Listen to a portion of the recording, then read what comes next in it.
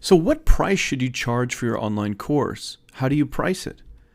So online course prices, they really range, a broad range. It could be $10, it could be $5,000. All depends on how extensive the course is, how valuable the content is, what that end result is worth, like we've talked about. So you have a lot of considerations before you figure out the pricing for your course. Pricing often depends on that end result that the course information teaches. Obviously, if you're teaching someone how to start, a whole new business or how to flip houses or things like that, that can, make a lot of money from, well, those courses usually can command higher prices because the information is so valuable. If it's just something like, learning how to play tennis, you're probably not going to be able to get $2,000 for tennis courses or cooking courses because of the options someone has to go to a competitor or another option to learn that information, right? Like to take in-person tennis, training coaching from somebody, or to, buy a book about tennis technique. So that's going to have something to do with what you're able to price your products for, is basically what the market says it's worth in many respects. Now, you can always charge more than your competitors and things like that if you have more value add and you have better marketing. But overall, you're going to find a general range.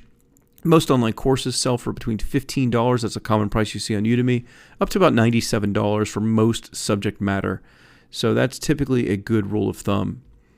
Now, when starting with a new online course, it's often best to start with the lowest price possible, maybe $19, $25, something like that, of course, depending on the subject matter. And then once it proves that it will sell, you can then move the price higher and higher, keeping track of the EPC, or what's called the earnings per click. In other words, for every person that lands on your site where you're selling the course, how many people does it take before you make a sale? And if you divide that into the total amount that the course is worth, so if it takes 100 people before one person buys the course for $100, the EPC is $1. Each one of those visitors is worth $1 when you figure out the math that it took 100 people to produce $100 in sales. So you'll move the price and you'll adjust it based on that. And of course, price testing is always going to determine what you should use.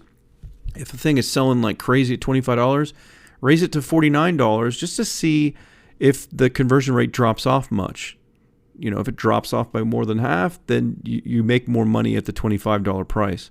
But you may find, and you often will find, that raising your prices makes you more money, because overall you'll end up collecting more based on the conversion rate may go down a little bit, but overall you're collecting more for the same amount of visitors that go to your site.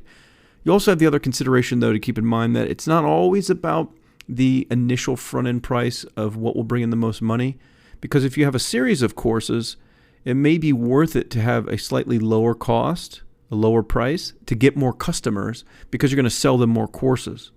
So in other words, if you have a series of cooking courses, let's say you have 5 different cooking courses, and you sell the initial front-end main course that you promote as the starting course people buy. Let's say it's all about, let's stick to Cajun cooking.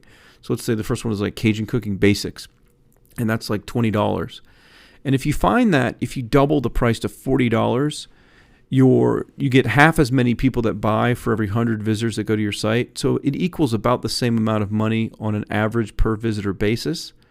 But in that case, you'd want to go with the lower price, because the lower price gives you more total customers.